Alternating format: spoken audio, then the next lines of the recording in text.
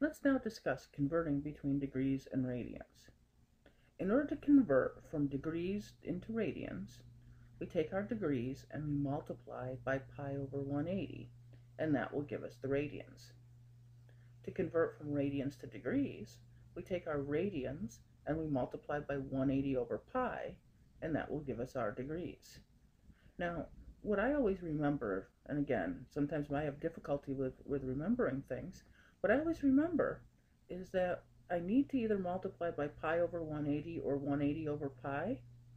And what I always think is, whichever unit I'm going into is the one I use on top. So I think of pi as the radian measure and 180 as the degree measure. So if I want to go into radians, I multiply by pi over 180. If I want to go into degrees, I multiply by 180 over pi.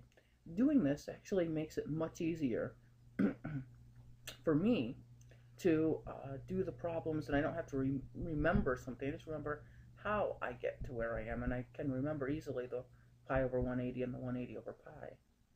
So let's take a look at a couple of examples. So suppose I want to convert 150 degrees to radians.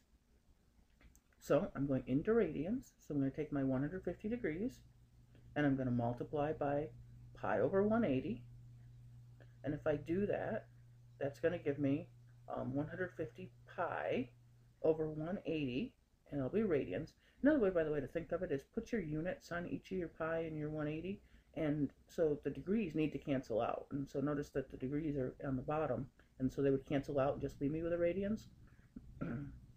But I have 150 pi over 180, and now I reduce the non-pi part. Don't put it in your calculator. And if I reduce the non-pi part, I get that 150 degrees is 5 pi over 6 radians. So when converting into radians, leave your answer as a fraction in reduced form, multiplied by pi. Okay, so when we convert into that, make sure that you just have something pi. Now, suppose we're going to convert from radians into degrees, and I on purpose left the pi off. Many of you who've done a lot of conversions from radians to degrees probably remember that most of the radians do have this pi. They have 5 pi over 6 and 2 pi over 3 and things like that. I did this intentionally. I did one that doesn't have a pi. So I'm going to convert from radians into degrees. So I'm going to take my 3, I'm going into degrees, so I multiply by 180 over pi. Again, if I put units on, I'd have 3 radians, and in the bottom I'd have pi radians, and the radians would cancel, and I just have the degrees from the top. And so I do the math out here, and I get approximately 171.9 degrees. Notice when converting into degrees, we're going to give our answers a decimal. And in this case, I give my decimal rounded to 3 places.